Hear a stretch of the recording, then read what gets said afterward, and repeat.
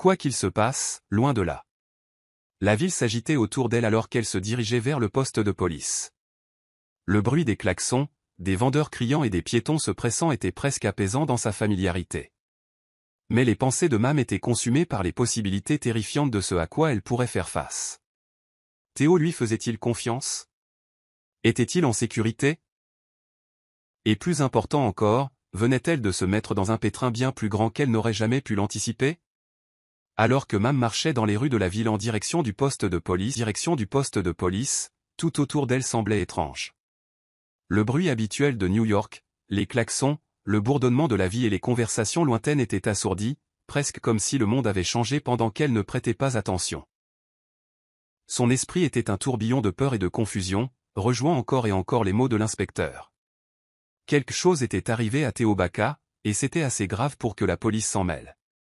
Quand elle entra dans le poste de police, les néons bourdonnaient au-dessus d'elle, projetant une lueur froide et stérile sur la pièce. L'air sentait le café brûlé et les piles de vieux papiers. Mam n'avait jamais mis les pieds dans un poste de police auparavant, et son cœur battait plus fort à chaque pas. Elle s'approcha du bureau d'accueil, se sentant déplacée. « Je peux vous aider ?» demanda l'officier, levant les yeux de son bureau d'un regard désinvolte. « Je suis ici pour voir l'inspecteur Martins » répondit Mam. Sa voix plus stable qu'elle ne le sentait. L'officier hocha la tête, faisant signe vers une double porte. « Passez par là, deuxième bureau à droite. » Ses jambes lui semblaient lourdes alors qu'elle se dirigeait vers le bureau, le poids de tout cela pesant sur elle. Et si Tammy découvrait que c'était elle qui avait prévenu Théo? Et si Damien était impliqué d'une manière ou d'une autre? Les questions se bousculaient dans son esprit, chacune plus terrifiante que la précédente. Mam frappa légèrement à la porte, la main tremblante. Après une brève pause, la porte s'ouvrit, révélant un homme d'une quarantaine d'années, vêtu d'un costume simple qui ne révélait pas grand-chose sur lui.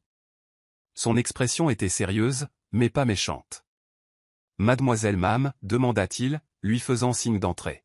« Je suis l'inspecteur Martins. » Mam hocha la tête et entra dans le bureau.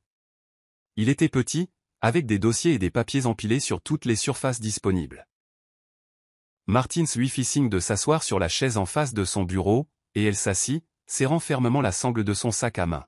« Merci d'être venu » commença Martins en s'asseyant derrière le bureau, ouvrant un dossier. Il parcourut quelques pages avant de croiser son regard. « Allons droit au but. Monsieur Théo Baca a récemment annulé un voyage important. D'après ce que nous comprenons, vous lui avez conseillé de le faire. » Mam déglutit difficilement. Elle savait que cela allait arriver, mais l'entendre à voix haute lui noua l'estomac. « Oui, » admit-elle. « J'ai entendu quelque chose. Quelque chose de dangereux. J'ai pensé qu'il valait mieux qu'il n'y aille pas. » Les yeux de Martins se plissèrent légèrement, son attention fixée sur elle. « Pouvez-vous expliquer exactement ce que vous avez entendu ?» Prenant une profonde inspiration, Mam commença à tout raconter. Elle lui parla de la conversation entre Tammy et Damien qu'elle avait surprise dans la chambre d'hôtel. La manière glaçante dont Tammy avait parlé, indiquant clairement que le voyage serait le dernier de Théo. Pendant que Mam parlait, son cœur s'emballait. La tension dans la pièce semblait augmenter à chaque mot. Martins écoutait attentivement, griffonnant des notes sur un bloc sans l'interrompre. Son visage restait indéchiffrable. Quand Mam eut fini, il se rassit dans son fauteuil, l'étudiant attentivement. « Monsieur Théo Baca a annulé le voyage » dit Martins lentement, et il semble que cette décision lui ait peut-être sauvé la vie. Mais il y a plus à cette histoire. Les yeux de Mam s'écarquillèrent de confusion. « Plus? Que voulez-vous dire ?»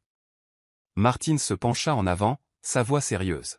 « Nous pensons que Monsieur Théo Baca enquête sur sa femme Tammy depuis un certain temps. Ce que vous avez entendu n'est peut-être que le début. Théo enquête sur elle pour fraude financière, infidélité, et maintenant, semble-t-il, tentative de meurtre. » Mam cligna des yeux, son esprit chancelant. « Il enquête sur elle? Pourquoi n'a-t-il rien dit? Monsieur Baca a discrètement rassemblé des preuves, mais jusqu'à ce qu'il reçoive votre avertissement, il ne réalisait pas à quel point les choses étaient allées loin, expliqua Martins, son expression se durcissant. Votre tuyau a été la dernière pièce du puzzle qui lui a fait prendre conscience du danger dans lequel il se trouvait. Il travaille en étroite collaboration avec nous depuis lors. Le poids des mots de Martins s'abattit sur Mam comme une lourde couverture. Théo avait su que quelque chose n'allait pas depuis le début, et son avertissement avait tout mis en lumière. Elle resta assise là, stupéfaite. Ce qui avait commencé comme un simple acte de conscience, essayer d'avertir Théo, avait découvert quelque chose de beaucoup plus grand qu'elle ne l'avait imaginé. « Que se passe-t-il maintenant » demanda Mame, sa voix à peine plus qu'un murmure. Martins ferma le dossier, son visage grave. « Maintenant, nous devons agir rapidement. Tammy et Damien sont dangereux, et ils ne s'arrêteront pas tant qu'ils n'auront pas atteint leur objectif. Nous travaillons à obtenir des preuves pour procéder à une arrestation, mais en attendant, nous devons nous assurer que Théo reste en sécurité. Et vous ?» Il fit une pause, la regardant droit dans les yeux, « Vous devez être prudente. » Le souffle de Mame se coupa.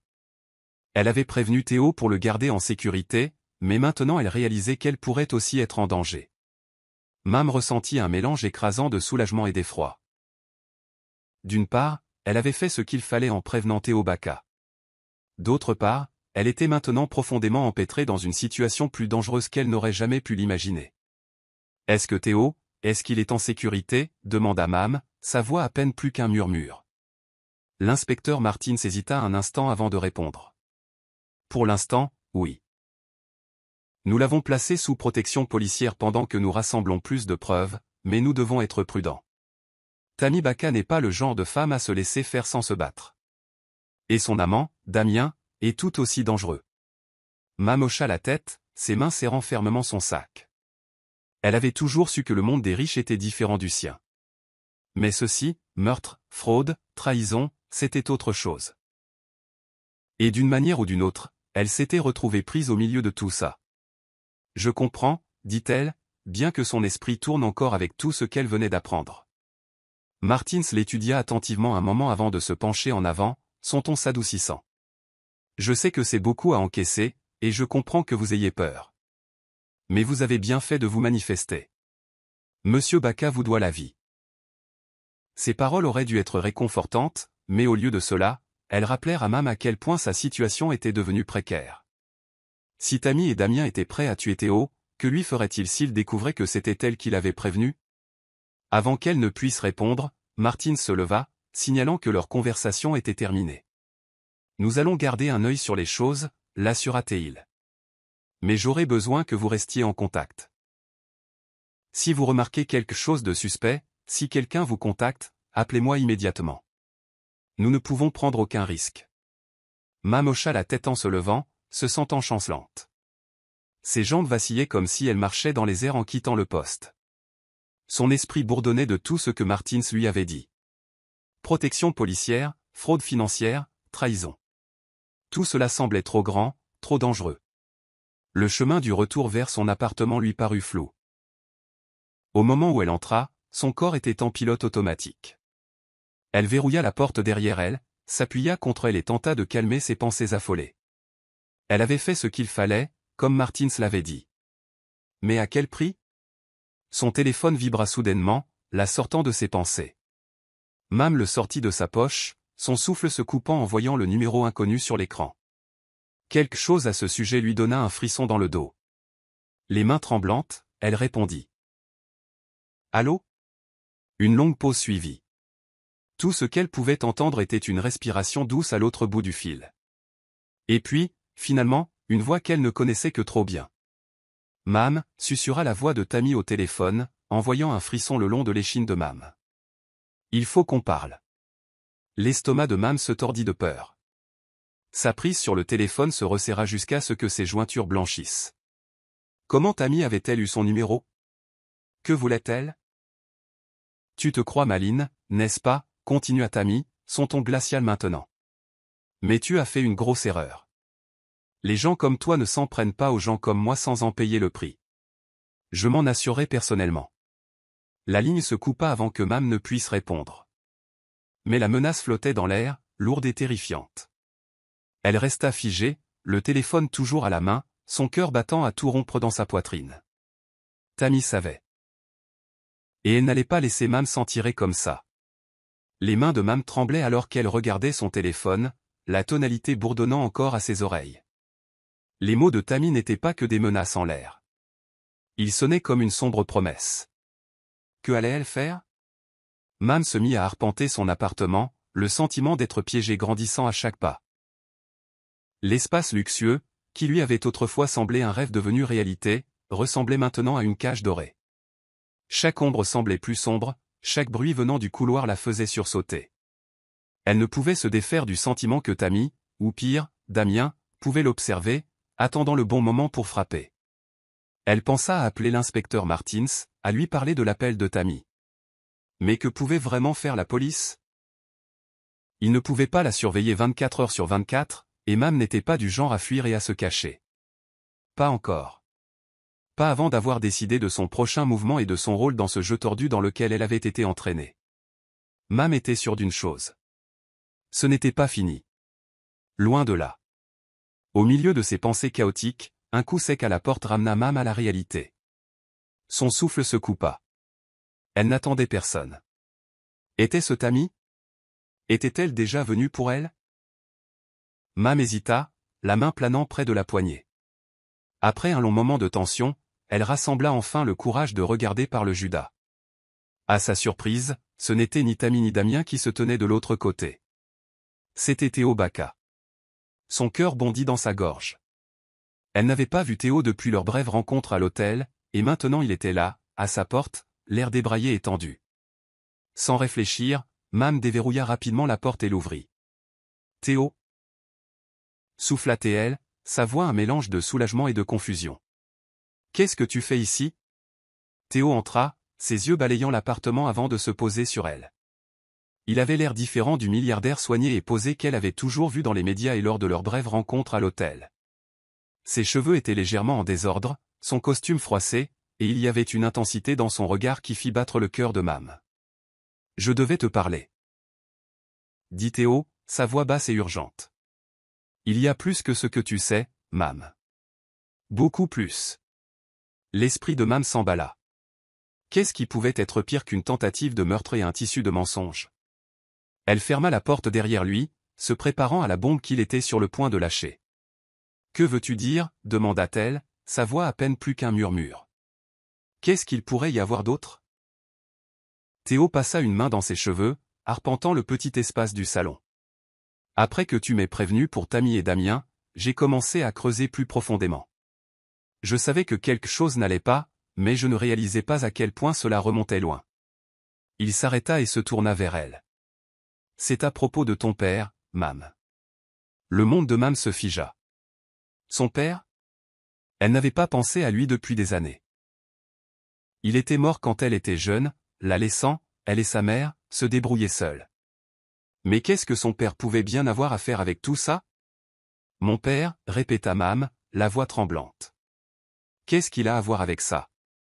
Théo soupira, son expression s'adoucissant pour la première fois depuis son arrivée. Je ne l'ai réalisé que récemment, mais ton père et moi étions des amis proches quand nous étions enfants. Nous avons grandi ensemble.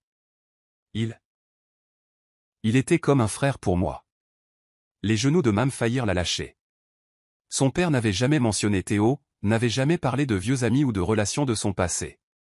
Il n'y avait toujours eu que deux, à joindre les deux bouts, à survivre au jour le jour. Rien de tout cela n'avait de sens. Je ne comprends pas, dit Mam, la voix tremblante. Mon père est mort dans un accident il y a des années. Qu'est-ce que cela a à voir avec Tammy et Damien? Théo se rapprocha, son expression remplie d'un mélange de culpabilité et de détermination. Cet accident n'était pas un accident, Mam. Ton père était impliqué dans quelque chose de beaucoup plus gros, de dangereux. Et je pense que Tammy a eu quelque chose à voir avec ça. Les jambes de Mam devinrent faibles, et elle s'affaissa dans le fauteuil le plus proche, son esprit chancelant. La mort de son père n'était pas un accident? Son souffle devint court alors qu'elle essayait de digérer tout ce que Théo lui disait. Elle avait toujours cru que la mort de son père était un événement tragique et aléatoire. Mais maintenant, Théo disait que c'était lié à ce réseau de tromperies, de meurtres et de trahisons. Je ne connais pas encore tous les détails, continua Théo, sa voix plus douce maintenant. Mais j'ai trouvé assez de preuves pour savoir que ton père a été accusé à tort de quelque chose qu'il n'a pas fait. Il s'est retrouvé mêlé à une affaire avec la famille de Tammy il y a des années. Quelque chose qui lui a coûté la vie. Et maintenant, tout revient. La tête de Mam tournait. Son père, piégé et assassiné. Et maintenant Tammy, la femme qu'elle avait surprise en train de comploter pour tuer Théo, était d'une manière ou d'une autre liée à la mort de son père. Le monde autour d'elle semblait s'estomper alors que le poids de tout cela s'abattait sur elle. « Pourquoi ne m'as-tu pas dit ça plus tôt ?» demanda Mam, sa voix à peine audible. Les yeux de Théo s'assombrirent. « Je n'étais pas sûr. J'avais besoin de plus de preuves, et honnêtement, je ne voulais pas t'entraîner là-dedans à moins d'y être obligé. Mais maintenant, avec Tammy qui te menace, je ne peux plus te le cacher. Tu mérites de connaître la vérité. » Mam resta assise en silence, son esprit s'emballant. Tout était lié. La mort de son père, la vie de Théo en danger, les plans meurtriers de Tammy. Elle avait l'impression d'être piégée dans un cauchemar dont elle ne pouvait pas se réveiller. Mais une chose était claire. Elle devait rester forte. Quoi que ce soit, ce n'était pas fini. Loin de là. L'esprit de Mam s'emballait alors qu'elle essayait de reconstituer le puzzle. Son père avait été lié au monde de Théo Baka d'une manière qu'elle n'avait jamais imaginée. Et maintenant, elle était prise au milieu d'une conspiration vieille de plusieurs décennies. Une conspiration qui avait coûté la vie à son père et menaçait maintenant la sienne.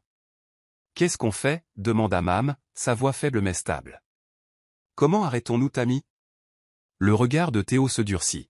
« Nous rassemblons des preuves. Nous l'exposons pour tout ce qu'elle a fait. Mais ça va prendre du temps, et ce sera dangereux. Tammy ne joue plus. Elle est impitoyable.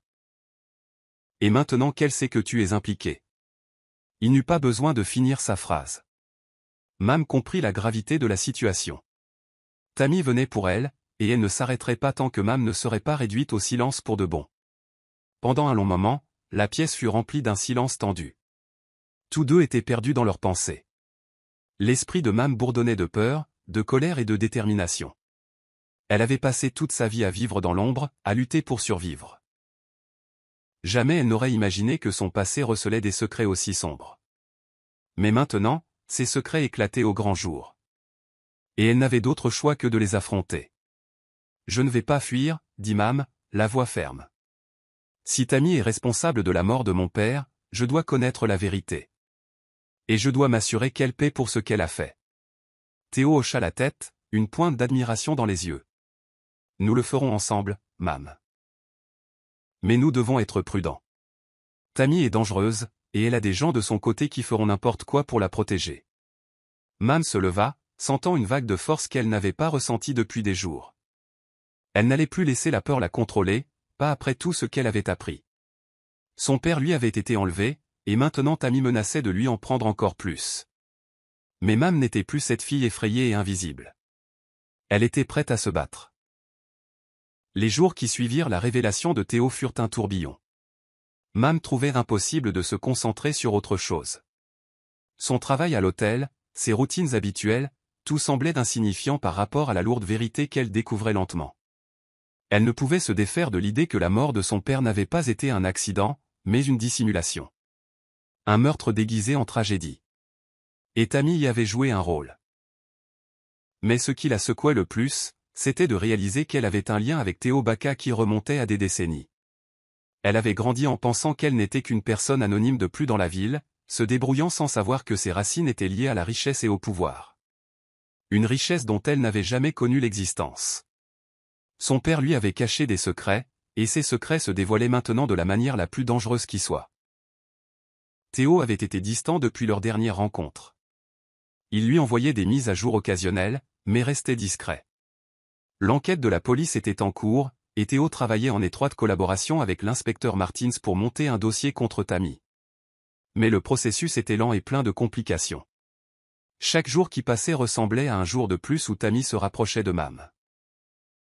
Assise dans son nouvel appartement, fixant la ligne d'horizon de New York, Mam sentait les murs se refermer sur elle. Le luxe qui lui avait autrefois semblé un rêve ressemblait maintenant à une cage dorée, la piégeant dans un monde qu'elle comprenait à peine. Elle était en sécurité ici, pour l'instant, mais au fond d'elle, elle savait que cela. Âgé. Personne.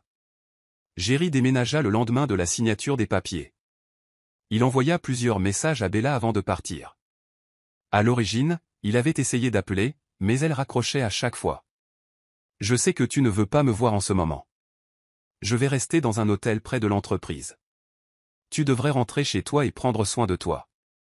Sinon, je ne pourrai pas dormir tranquille. Je ne l'ai pas fait exprès. Elle a mentionné le sang de cordon, et j'ai juste posé la question au médecin nonchalamment. Bella, comme toi, j'ai toujours attendu notre enfant avec impatience. Cela n'a jamais changé. Bella supprima les messages un par un. Les garder sur son téléphone était comme une insulte. La nouvelle de son divorce avec Jerry se répandit rapidement. Ses parents furent les premiers à se présenter chez les parents de Bella, apportant de grands sacs de cadeaux. Ils étaient très désolés, mais ses parents les chassèrent avec un balai. Son père était encore furieux quand il l'appela.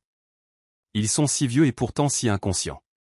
S'ils voulaient persuader quelqu'un, ça devrait être toi, chez toi. Comment ont-ils pu venir nous voir en premier? Les parents de Bella avaient toujours aimé Jerry. Ils le trouvaient beau et avec un bon travail. Mais ils la soutinrent sans réserve dans le divorce, surtout après avoir entendu parler de l'incident du sang de cordon. Son père passa de l'appeler un gendre merveilleux à un salaud. À la surprise de Bella, Martha vint la voir. L'enfant de Martha, tout comme il l'avait fait à l'aéroport, bouscula Bella en demandant avec colère « Où est mon papa? Où l'as-tu caché ?» Il jeta le singe en tissu en lambeaux par terre devant Bella et le piétina férocement. « Reprends-le. Qui veut de tes trucs cassés ?» Il se mit alors à frapper à la porte de toutes ses forces. « Papa, sors. C'est Alex. » Bella regarda Martha avec une expression déconcertée. Le visage de Martha était plein d'embarras, mais la haine dans ses yeux était impossible à cacher. Elle rapprocha Alex et murmura « L'enfant veut voir son père. Je ne peux vraiment rien faire pour le moment. Il n'ose même pas répondre à mes appels. » Bella sourit et sortit son téléphone. « Tu veux que je l'appelle pour toi ?» Martha la regarda immédiatement avec des yeux pleins d'espoir. « Ce serait formidable s'il pouvait venir. Je n'ai aucune autre exigence. J'espère juste qu'il pourra avoir une bonne conversation avec Alex. » Le sourire de Bella n'atteignit pas ses yeux, qui étaient redevenus froids. « Pourquoi le ferais-je? Je n'ai aucune obligation de m'impliquer dans vos affaires. » La peur et la couleur s'effacèrent lentement du visage de Martha. Inconsciemment, elle se redressa.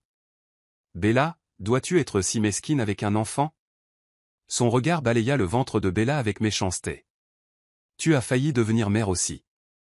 Ne comprends-tu pas qu'une mère ferait n'importe quoi pour son enfant? » Bella se moqua d'elle, y compris l'utiliser comme monnaie d'échange pour détruire à plusieurs reprises la famille de quelqu'un d'autre. « Martha, je suis curieuse.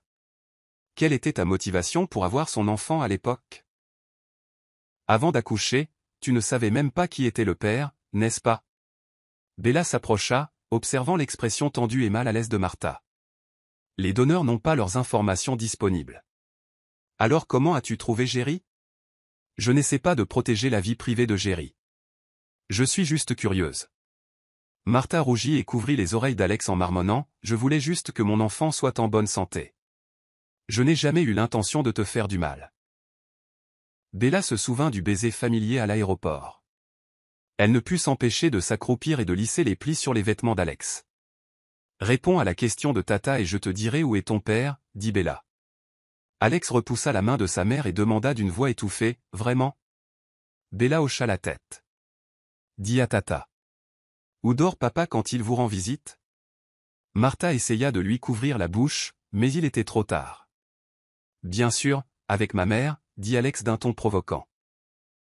Bella regarda le garçon et appuya sur le bouton du haut-parleur de son téléphone avec un sourire. La voix empressée de Jerry éclata. « Bella, laisse-moi t'expliquer. Ce n'est pas ce que tu penses. » Alex s'excita en entendant sa voix. Il sauta, essayant d'attraper le téléphone de Bella. « Papa, c'est Alex. »« Papa, où es-tu » Il ne pouvait pas l'atteindre, alors il donna des coups de pied et de poing à Bella. Cette fois, elle ne le laissa pas faire. Elle attrapa son col et le tira en arrière. « Qu'est-ce que tu fais ?» Martha attrapa anxieusement Alex et foudroya Bella du regard avec colère. Bella ricana et parla lentement dans le téléphone. « S'il te plaît, viens chercher ton fils à ma porte. Et si cette femme me dérange encore, Jerry, ça ne me dérangera pas de faire savoir à plus de gens l'existence de ton enfant. » Elle raccrocha et ouvrit la porte. Alex criait et pleurait encore derrière elle alors que la porte se refermait. Ils furent tous les deux laissés dehors. Jerry n'est pas venu les chercher, ses parents l'ont fait. Ils ont frappé correctement pendant un moment. Mais Bella était occupée à se préparer des nouilles dans la cuisine. Elle les ignora, montant le volume de la télévision au maximum. Après un moment, le vacarme à l'extérieur cessa. Bella expliqua toute la situation à Victoria et à son mari en mangeant, traitant cela comme des commérages. Victoria ricana. Quelle lâche, envoyer ses parents pour régler ça. Après avoir nettoyé la cuisine, Bella répondit au message de son ancien patron, confirma sa date de début et se rendit dans le placard pour choisir une tenue. En ouvrant l'armoire, elle vit les vêtements de Jerry soigneusement alignés. Elle s'arrêta. Il était parti précipitamment et n'avait pris que quelques vêtements de rechange. Peut-être pensait-il qu'il y avait encore une chance qu'il ne divorce pas. Elle sentit un pincement au cœur, prit une photo et la lui envoya. « Je ne serai pas à la maison demain. Viens chercher tes affaires ou je les jetterai. » Jerry tapait continuellement dans la boîte de discussion, mais aucun message n'arriva même après que Bella eut pris un bain et se fut mise au lit. À la place, il y avait une demande d'amis. Si tu étais vraiment heureuse, il ne reviendrait pas nous voir chaque année. Bella n'accepta pas. Elle fit une capture d'écran et la publia sur Twitter. Elle se souvint de ce que Victoria avait dit un jour. Certains hommes perdent leur intégrité dès l'instant où ils rompent. Juste à cause de ce message, des amis à qui Bella n'avait pas parlé depuis des années questionnaient Jerry dans les commentaires. De toutes les relations qui ont échoué, je ne m'attendais pas à la vôtre. Il a tellement poursuivi Bella, pour la décevoir ainsi. Il semblait que Jerry était resté éveillé toute la nuit, envoyant d'innombrables messages. Le premier n'était que de quelques mots. Je n'ai jamais eu l'intention de te faire du mal. C'était comme si quelqu'un la poignardait à plusieurs reprises puis disait pitoyablement qu'il ne savait pas que ça ferait mal, que ça saignerait ou même que ça tuerait. Bella se ressaisit, enfila une nouvelle tenue et se dirigea vers le travail. En chemin, de nombreuses pensées lui traversèrent l'esprit. Dès le premier jour de leur relation, elle avait lié sa vie à celle de Jerry.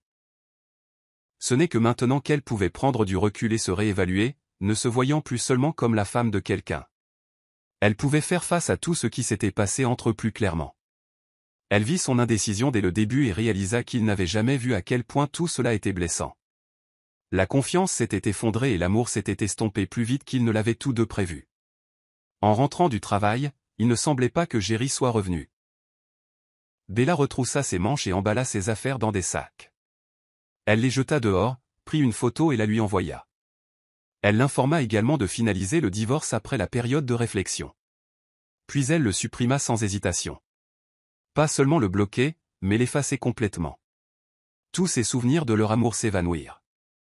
Le deuxième jour de Bella à son nouveau travail, la réception appela pour des fleurs. C'était un bouquet de roses et d'iris rouges sans carte. Bella y jeta un coup d'œil et les jeta à la poubelle. Chaque jour, les mêmes fleurs arrivaient. Le 10e jour, elle appela le numéro de la boutique de fleurs qu'elle avait trouvé et entendit une voix familière à l'autre bout du fil. C'était le « bonjour » doux et gentil de Martha. Bella contrôla ses émotions et parla lentement. La période de réflexion se termine dans 2 jours. Tu ne peux pas attendre ? Martha balbutia, semblant être un lapin effrayé. Toi, tu m'as vraiment mal comprise. Je voulais juste l'aider. Bella rit avec incrédulité. Tu es vraiment quelque chose. Toujours à dire que vous vous aiderez mutuellement avant de faire quelque chose de stupide. Demande à Jerry s'il m'a déjà envoyé des fleurs. Je suis allergique au pollen, et Jerry le savait très bien quand il me courtisait. Martha resta silencieuse un moment. Alex est malade, et l'enfant a vraiment besoin de lui maintenant. Il reste constamment à l'hôpital, Bella. L'enfant est innocent. Bella n'écouta pas plus loin et raccrocha immédiatement. Pour un autre enfant, elle aurait pu penser à celui qui était resté brièvement dans son ventre. Mais Alex ne pouvait pas susciter sa sympathie et sa pitié. Innocent. Je suis innocente aussi, pensa-t-elle. La période de réflexion prit fin, et Jerry était en retard. La sueur perlait légèrement sur son front alors qu'il montait les marches, voulant parler mais hésitant. Bella lui jeta un regard, puis entra. Il soupira et la suivit. Bella, c'est pour toi. Il sortit un singe en peluche de sa poche, l'étiquette encore dessus. Il ressemblait exactement à celui qu'elle avait l'habitude d'avoir. Pendant leur lune de miel, ils étaient allés dans une petite ville obscure et avaient trouvé un singe en peluche fait à la main, non produit en série. Il marmonna, « J'ai fait un voyage spécial. » Heureusement, la personne était toujours là. Il continua à le tendre, les yeux remplis d'espoir alors qu'il la regardait. Bella pinça les lèvres. « Allons-y. Je n'ai pris qu'une permission de 2 heures. » Elle ne le prit pas, même s'il ressemblait beaucoup à l'ancien. Au moment de la signature, Jerry retint sa main. Peut-être que c'était son regard glacial qui le piqua, car il baissa la tête. « Bella, pouvons-nous y réfléchir à nouveau? Tu sais que je t'aime. » Bella retira sa main et signa rapidement son nom. En lui rendant le stylo, elle ne put s'empêcher de rire. « Jerry, si au cours des 5 derniers étés tu t'étais soucié de mes sentiments ne serait-ce qu'une seule fois, nous n'en serions pas arrivés là. Tu as eu tellement de chances de tout avouer, tellement de moments pour faire marche arrière. » Il se tut, sa main tremblant alors qu'il tenait le stylo. Des larmes tombèrent sur le papier. Il détourna rapidement le regard, levant la main pour couvrir son visage. Son écriture habituellement soignée était toute tordue ce jour-là. Alors que Bella partait, il l'appela tristement derrière elle. « Bella, me pardonneras-tu un jour ?» Elle s'arrêta et se retourna vers lui, remarquant la petite lueur d'espoir qui avait émergé dans ses yeux. « Si le karma existe, j'espère que chaque parcelle te frappera. Je ne suis pas si magnanime. J'aime profondément et je hais profondément. Malchanceuse en amour, peut-être, mais chanceuse au travail. » Le patron de Bella fut bientôt très satisfait de sa sage décision. Après une promotion et une augmentation de salaire pendant la basse saison, il lui accorda de longues vacances. Bella et Victoria réservèrent rapidement des billets pour un voyage impromptu. Elles se prélassèrent sur la plage et le soir, elles se détendaient en buvant. Près de leur retour, il se mit à bruiner. La plage n'avait que quelques personnes, avec un sentiment de facilité et de détente partout. Le cri perçant d'un enfant était étrangement déplacé. Bella et Victoria suivirent le son, toutes deux légèrement stupéfaites. Alex était allongé sur le sable, faisant une crise de colère, en voyant du sable voler partout et criant « Je ne veux pas y aller. Je veux creuser du sable. » Martha se tenait à proximité, désemparée. À côté d'eux, affichant un air de colère réprimée, se trouvait l'ex-mari de Bella, Jerry, qu'elle n'avait pas vu depuis des mois. C'était peut-être trop bruyant. Jerry regarda autour de lui, légèrement gêné. Au moment où il croisa le regard de Bella, il se figea, puis se dirigea vers elle. Au-delà de lui, Bella vit le visage de Martha s'assombrir instantanément. Jerry regarda Bella maladroitement. « Tu as déménagé, n'est-ce pas? Je suis venu te chercher plusieurs fois. » Bella pensa que ce n'était pas le bon moment pour des banalités, alors elle garda un visage froid et l'ignora. Il baissa les yeux, gêné, frottant son alliance à sa main gauche. C'était toujours leur alliance. « Quid qui d'idée ?» ricana Victoria en le taquinant. « Jerry a du temps, hein? Il ne travaille pas dehors à jouer avec les enfants. » Jerry jeta un coup d'œil à Bella, le visage rougissant. « J'ai quitté mon travail. » Bella ne le dénonça pas. Michael avait mentionné qu'il avait eu des difficultés ces derniers temps, perdant plusieurs projets. L'entreprise l'avait réaffecté, puis l'avait rétrogradé. Il était parti par fierté. Martha s'approcha avec l'enfant s'accrochant au bras de Jerry. Il y avait un peu de provocation dans ses yeux, mais un mince sourire faux sur ses lèvres. Quelle coïncidence de se croiser ici. Le visage de Jerry s'assombrit alors qu'il s'écarta pour garder une certaine distance avec Bella. Le faux sourire de Martha s'effondra immédiatement, et ses yeux se remplirent d'encore plus de haine envers Bella. Alex cria pour que Jerry le porte, mais Jerry fit semblant de ne pas entendre. L'enfant fit un geste de colère vers Bella. « Méchante femme !» cria-t-il. Bella lui sourit en disant lentement « Répète ça encore une fois. » Méchante femme arrache la bouche du petit morveux. Alex voulait en dire plus, mais Martha lui couvrit rapidement la bouche. Jerry avait l'air complètement épuisé. « Rentrez d'abord, dit-il. » Il y avait une telle froideur dans sa voix que le visage de Martha changea, mais elle ne fit que serrer les dents et se détourna. Jerry continua de fixer Bella, comme s'il rassemblait un courage immense. « Bella, pouvons-nous parler ?» Elle resta immobile. Tout ce que tu as à dire peut être dit ici. Victoria se posta également pour écouter, les yeux pleins de moquerie. Alex a eu quelques crises. Martha insiste pour avoir un autre enfant. Bella rit. Félicitations. Tu aimes être un père instantané, n'est-ce pas? Son visage rougit puis pâlit. Bella, tu sais que je ne l'aime pas. Je ne veux pas me forcer pour un enfant, dit-il avec empressement. Même si j'ai fait des erreurs, ne méritais-je pas le bonheur? Bella retint des mots durs, hochant la tête d'un air dédaigneux. Tu as encore beaucoup à apprendre sur la façon de te relever et de faire face à des échecs irréversibles.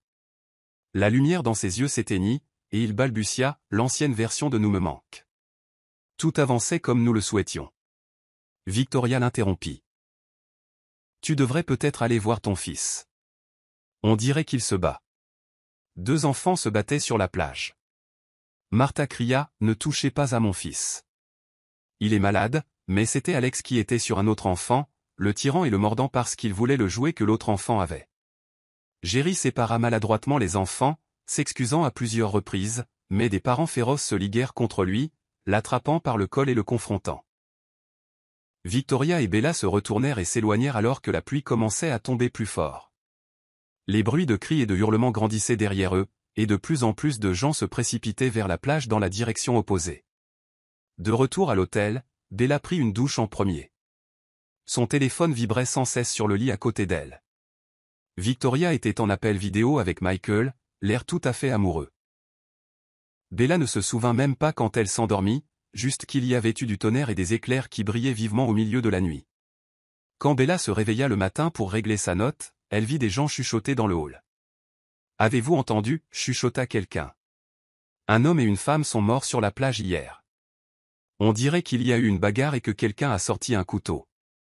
L'homme est mort d'une mort horrible, même frappé par la foudre plusieurs fois. Ils ont dit que la femme semblait avoir commencé. Quelqu'un l'a vu retourner chercher le couteau. Il y a un enfant à l'hôpital. Personne ne sait s'il s'en sortira. » Bella jeta un coup d'œil vers la plage de loin. Beaucoup de gens s'étaient rassemblés, mais elle ne pouvait pas voir ce qui se passait. Son téléphone avait un tas d'appels manqués d'un numéro familier, mais elle n'y pensa pas beaucoup. Elle régla sa note à l'hôtel et se dirigea vers l'aéroport avec Victoria. En passant près de la plage, quelque chose de brillant attira l'œil de Bella. Elle s'arrêta et baissa les yeux. C'était l'alliance de Jerry, seule dans le sable. Victoria répondit à son téléphone, son visage pâlissant alors qu'elle regardait Bella. Michael dit que c'est Jerry. Bella regarda la mer calme. Personne ne pouvait dire à quel point elle avait été déchaînée la nuit précédente. La douleur semblait s'estomper avec le reflux des vagues. Elle marcha sur l'anneau et continua son chemin. Il est temps de rentrer à la maison, ou nous allons rater notre vol, dit-elle. Avant de partir, je veux que nous comprenions que certaines blessures ne guérissent jamais, mais les cicatrices nous rappellent que la vérité trouve toujours un moyen de faire surface, peu importe à quelle profondeur nous l'enterrons. Si je vers le Jean am Kopf. Ich bin nur der Bot. Ich bin auf keiner Seite Jerry zog am Tag nach der Interzeichnung der Papierhaus. Schickt Bella Meurer Nachrichten, bevor Jing. Ursprünglich hatte versucht Rufen, aber sie hat jed mal aufgelegt. Ich weiß, du willst mich im Moment nicht sehen. Ich werde in einem Hotel in der Nader Firma wohnen. Du solltest nach Osien und auf dich aufpassen. Sonst kann ich nicht ruhig schlafen. Ich habe nicht absichtlich jetant. Si Erwant nabelch nur blü, und ich hab den Arzt nur belofig Geoffra. Bella, oui du hab ich mich im auf certain Geoffreux. Das hat sich ni gender Bella löscht dein Nachrichten en nach der andran. Si auf irem telefons überaltan, fühlt sich wie en Beleidigung. Die Nachrichten vont ihrer Schädung vont Jerry verbretet sich schnell. Sen eltern waren die ersten, die Bei Bella eltern auf Tochtan und groß Geschenktüten mitbrachten. Si waren serranschuldigen, aber ihr eltern jagten simi enem besan d'avon. Hier vater warime noch wutan, als si en rief. Si sind so alt und doch so ananslo. Wenn si je manden überden wollten, dann dich an denem Wonor. Oui content si zuerst zu un kommen, Bella eltern retten Jerry ime je mocht. Si fanden ien en standig ossent und mi enem gutan job. Aber si interstützten si BUI der Schädung von ganzem Erzen, beson den nach dem si von der Sach mit dem Nabelschnürbluge retten. Hier vater Jing von Winderbare Schwiegerson zu Mist Kerl Uber. Zu Bella Uberachun Kam Martha, UM6 UCN. Martha 15 ties, Geno UIAM Flugafen, Jean Bella und fragt Uitan, WOIST mein Papa? WOAST du Yen Versteckt, Warf den Zerlintan Stoffafen vor Bella OF den Boden und Trampelt Uitan Daro Ferum. Nim Yen Zurück. Will d'un Caput Zeug, Dan Fing Errant, Mi à l'écraft Jean d'Aitur zu Amern. Papa, comme Ross. Hier yeste Alex Bella sa Martha mi enem verwirten Gesicht Sauce Drucan. Martha Gesichtoire volé vers le Guenet. Aberder assigneren aux gens Warameglich Zuverbergen. Sizog Alex Naer und Flüstert. Das qu'un Wilsenen Papa CN. Ich kann im Moment wirklich nicht machen. Tro sich nicht einmal, men en rufans unemen Bella la Schelt und tolt hier Telefon Hero. Solichien fur dich en rufen, Martha sa sisofor mi ofnunx volen aux gens. Toll, wer kommen könnt. Ich hab ken endroit en fort de Ringen. Ich ofnur, kan en gudje sprak mi Alex furen Bella la Schel nerekt aux gens nicht, die wider kalt je worden waren. Warum sollt ich? Ich hab ken Verpflichtung, mich in Orangelegen etant en Zumischen die Kong und die Farb wischen langsam aus Martha Gesicht. Un bewusst richtet sich auf. Bella, must du BUI enem 15 au Klenlich Saint, hier blick wandert mi Boche Uber Bella Bosch. Du warst auch fast muté je orden. Verstest du nicht, das en muté alle furier quintin urd, Bella lacht si aus. En schließlich jen als Verhandlungschip zu benutzen, widerol die Familie en andrans usersteren. Martha, ich bin neugierig. Was war damal d'un motiv, 15 ube comment? Bevor du en bain dans hast, wustest du nicht einmal, der vater war, oder? Bella tranaer und beobachtet Martha en gespantant und inruigeant Gesicht Sauce-Druck. Spender saben ihr informationen nicht verfügbar. Hast du also Jerry je findan? Ich versus nicht, Jerry privatsfar zu schützen. Ich bin nur neugierig Martha eret und bedeckt Alex Oren, murmelt, ich wollt nur, das mein Josin ist. Ich wollt dir ni wetin, Bella erinert sich an den vertrotan Kusaim Flugafen. Si kont nicht anders, als sich Zuoken und die faltan of Alex Kledun zuglaten. Antwort of die Frage vontant, und ich sag dir, d'un Papa ist, sagt Bella. Alex ties die an seiner muté weg und fragt mich dampftestim, wirklich, Bella nickt. Sagt schlaft Papa, wenn dich besucht, Martha versucht, senen mains ubedeken, aber war spat. Natürlich BUI mener Mama, sagt Alex trotzig. Bella saden gingeant und drückt la chaîne die Lotsprochertast ihr Telefon. Jerry et frisch stim platztero. Bella, las mich erklaren. Ist nicht das, was du denkst Alex Wurdofjere, als sen stimmert. Sprang auf und versucht, Bella Telefon zu greffen. Papa, hier ist Alex. Papa, bist du, konnte nicht errechen, also traunt schüge Bella. Diesmal si sich das nicht gefallen. Si packt jen am Kragen und zog jen zurück. Was magst du da? Fing Martha Alex besor auf und finkelt Bella Uitan. Bella kichert und sprach langsam jenes Telefon. Bit comme und oldenan son von mener Turschwelabe. Und wenn dies fromich noch einmal belasti, Jerry, dich nicht d'agent haben, mer le tuber d'un 15 informirant si legtoef und öffnet die Tür.